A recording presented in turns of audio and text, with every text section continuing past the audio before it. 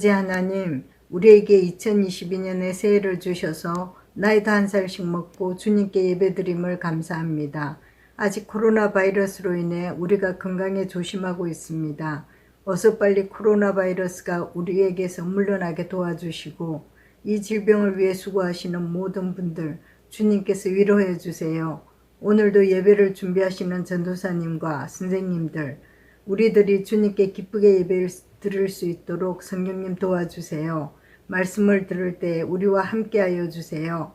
이 모든 말씀 예수님 이름으로 기도드립니다. 아멘.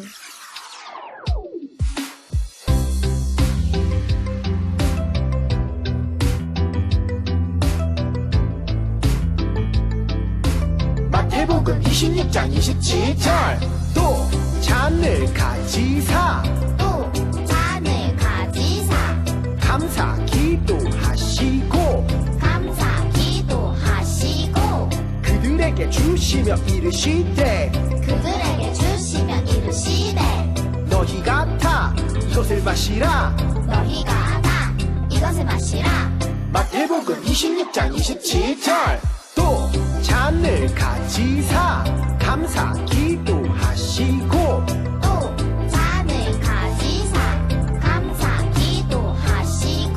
그들에게 주시며 이르시되 너희가 다 이것을 마시라.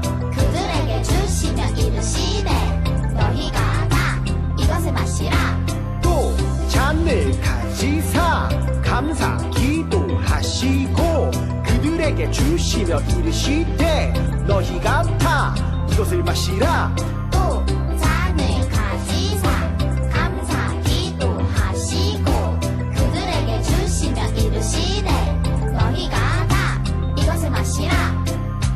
여러분 안녕. 한 주간도 잘 지냈어요? 이제 2022년 새해가 밝았는데 여러분들이 새해에는 더욱더 하나님을 만나는 일을 열심히 하고 여러분들이 원하는 것, 여러분들이 이루고 싶은 것을 이루는 한 해가 되면 좋을 것 같습니다. 여러분들 오늘은 감사에 대해서 말씀을 배워보려고 합니다. 새해에는 여러분들이 좀 더 하나님께 감사하고 부모님께 감사하고 선생님께도 감사하고 이웃에게 감사하는 그런 시간을 가지면 좋을 것 같습니다. 여러분들은 어떨 때 감사를 많이 하나요? 일반적으로는 내가 이루고 싶은 목표를 이루었을 때, 그리고 내가 가지고 싶은 선물을 가졌을 때 우리는 감사를 합니다. 우리는 행복한 일이 있을 때만 감사하래요. 그러나 성경에서 말하는 감사는 조금 더 다릅니다. 성경 인물들 중에 감사와 관련된 인물들이 굉장히 많은데 그 중에서도 진정한 감사를 드렸던 사람이 한 명 있습니다. 바로 예수님입니다. 우리가 예수님을 통해 진정한 감사란 무엇인지 한번 알아보도록 하겠습니다. 세상과 구별된 거룩한 삶을 살아가기에 힘쓰는 홀리키즈 친구들 안녕하십니까? 저는 가스토리 MC 신구약입니다. 오늘 여러분들과 함께 나눌 가스토리의 주제는 바로 예수님의 감사입니다. 성경 속에 나타나는 예수님의 감사를 살펴보면서 진정한 감사란 무엇인지, 우리들의 감사는 어떠해야 하는지를 알아보겠습니다.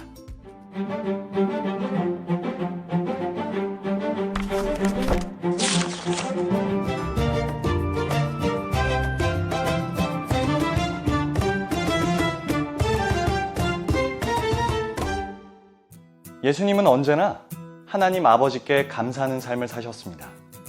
우리는 예수님의 삶에서 4가지의 감사를 배울 수 있습니다. 첫 번째 감사는 이미 가진 것에 감사하기입니다. 보리떡 5개와 물고기 2마리만으로 5,000명이 넘는 수많은 사람들을 배불리 먹였던 오병이어. 이 사건에 대해 들어보신 적이 있을 것입니다. 이 놀라운 사건은 한 아이의 작은 도시락에서 시작되었습니다. 예수님은 아이의 조그만한 도시락을 들어 하나님께 감사의 기도를 드리셨습니다. 예수님께서 빵 5개와 생선 2마리를 들고 하늘을 우러러보며 감사 기도를 하셨습니다. 예수님은 가지고 있는 것이 무엇인지를 보셨고 이미 주신 것을 하나님 아버지께 감사하셨습니다.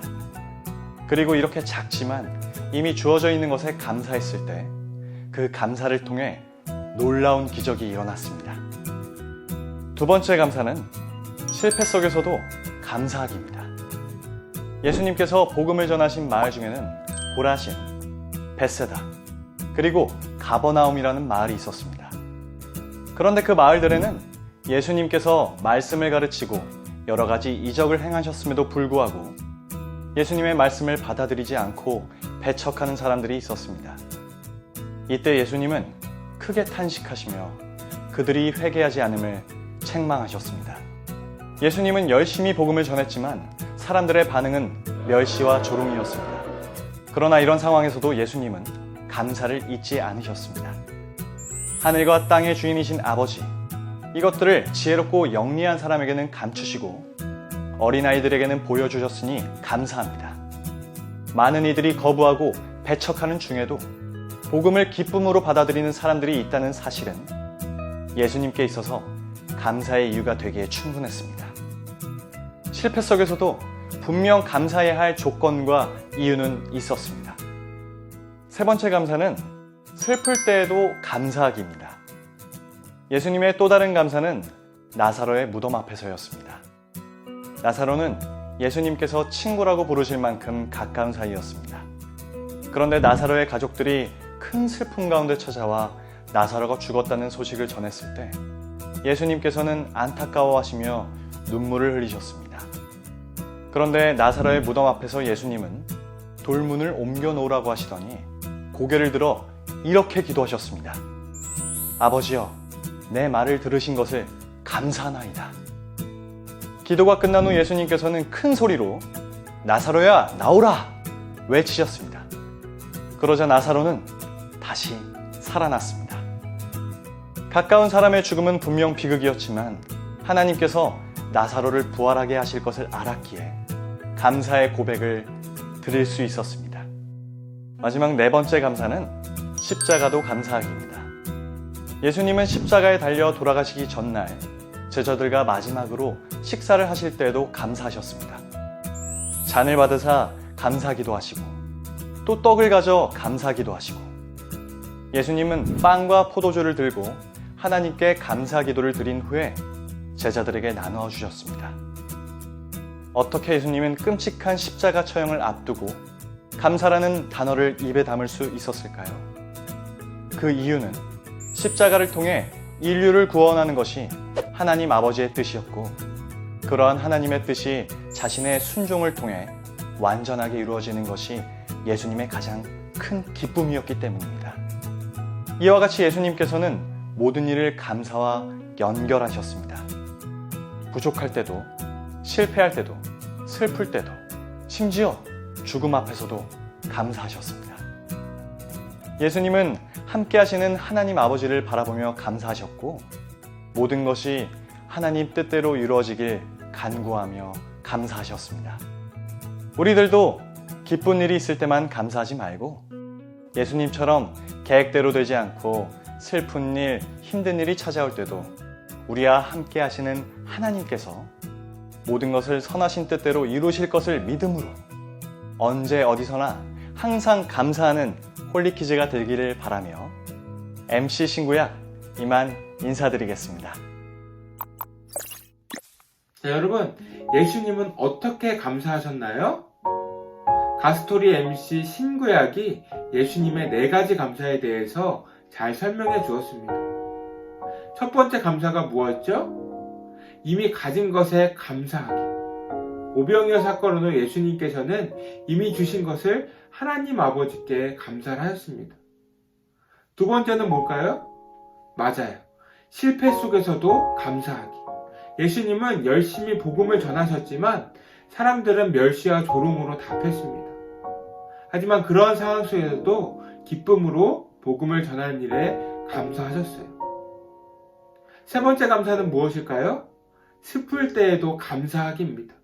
나사로의 죽음으로 인한 슬픔 가운데서도 예수님께서는 나사로를 다시 살리실 것을 믿고 감사의 고백을 드렸습니다.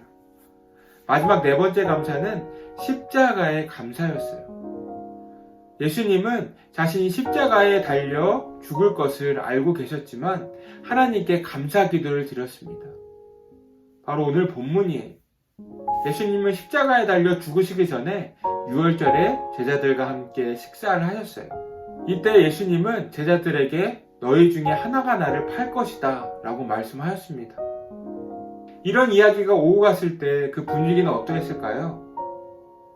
굉장히 슬픈 분위기였을 거예요. 근데 예수님은 제자들과 마지막으로 식사하실 때에도 하나님께 감사 기도를 하셨습니다. 오늘의 말씀 챈트를 한번 읽어보도록 할게요. 또 잔을 가지사 감사 기도하시고 그들에게 주시며 이르시되 너희가 다 이것을 마시라. 이렇게 예수님은 빵과 포도주를 들고 하나님께 감사 기도를 드리신 후에 제자들에게 주셨어요. 십자가에 달리시기 전 죽음을 앞두고 예수님은 감사의 기도를 드리신 거예요. 우리도 예수님처럼 이런 감사를 하나님 앞에 드려야 합니다. 우리가 기쁠 때만 감사하는 것이 아니라 늘 주님 앞에 감사하는 마음을 가져야 됩니다. 기쁠 때에나 슬플 때에나 너무나도 힘들 때에나 늘 감사하는 마음을 가지고 주님 앞에 나아가야 하는 것이에요. 그렇게 감사의 마음으로 하나님 앞에 나아갔을 때 하나님께서는 그 마음을 아시고 우리를 더욱 선한 길로 인도해 주실 거예요. 여러분들이 2022년에는 좀 더 하나님 앞에 그런 감사의 마음을 담아서 감사를 드리는 시간을 가지면 좋을 것 같습니다. 그래서 늘 감사하는 삶으로서 예수님의 감사를 따라 나아가는 우리 아동부 유치부 친구들이 되기를 주님의 이름으로 소망합니다.